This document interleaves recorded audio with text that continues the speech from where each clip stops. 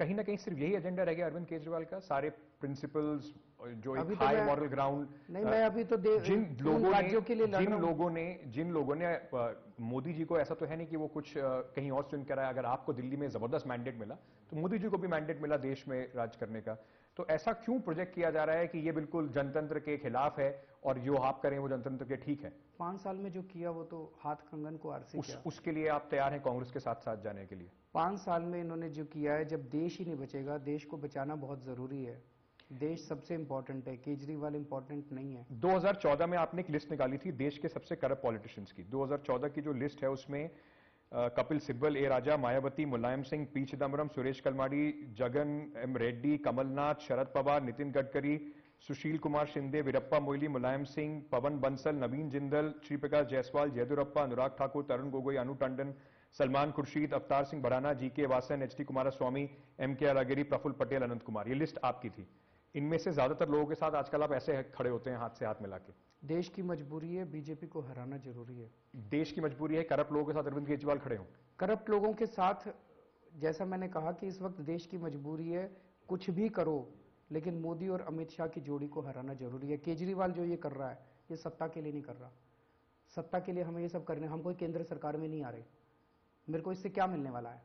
ये सब के साथ खड़े होने में मेरे को क्या, मेरी एक ही मजबूरी है और देश की एक ही मजबूरी है, कुछ भी करके मोदी और अमित शाह जी की जोड़ी को हराना है।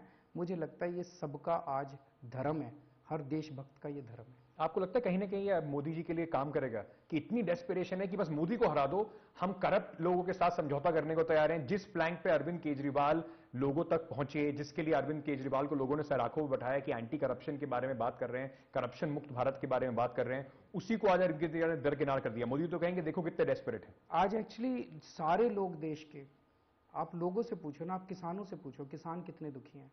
मोदी जी ने कहा था मैं स्वामीनाथन रिपोर्ट लागू करूंगा, उन्होंने की? उन्होंने नहीं की। उन्होंने जीएसटी और नोटबंदी करके किस तरह से पूरे देश की अच्छी खासी अर्थव्यवस्था का बेड़ा गर्क कर दिया। उन्होंने किस तरह से पूरे देश का भाईचारा खत्म कर दिया। आज पूरे देश के अंदर नफरत का माहौल है, चारों तरफ नफरत का माहौल है। किस तरह से मॉब लिंचिंग हो रही है, किसी को भी कत्ल कर दिया जाता है, कोई पकड़ा नहीं जाता, कोई कुछ नहीं होता। ऐसे देश नहीं चल सकता, शांति चाहिए होती है। अगर किसी भी देश को प्रगति करनी है, सबसे इंपॉर्टेंट होती है शांति व्यवस्था। अगर किसी देश में शांति नहीं होगी, किसी देश में भाईचारा नहीं होगा, लोग अगर मिलके नहीं रहेंगे, वो देश कभी प्रगति कर ही नहीं सकता। आज पूरे देश के अंदर माहौल क्या है? डर का माहौल है, सब लोग डरे हुए हैं। जिस तरह से आज, चलो नेताओं को तो छोड़ो, लेकिन जिस तरह से इनकम टैक्स और ईडी को एक आम, आप किसी आम उससे बात कर लो, नागरिक से, इनकम टैक्स की जितने मास स्केल पे रेट्स हो रही हैं, जितनी ईडी की रिश्वतखोरी के रेट इतने ज्यादा बढ़ गए हैं, जिस तरह का सर्विलेंस, आप जजों से बात कर लो, जुडिशरी से बात कर लो, किसी जज से बोलो, कोई फोन पे बात कर रहे हैं, सब कहते हैं मेरा फोन टैप हो रहा है, सबके फोन टैप हो रहे हैं। ये कैसा देश है? ऐसे तो देश नहीं चल सकता ना।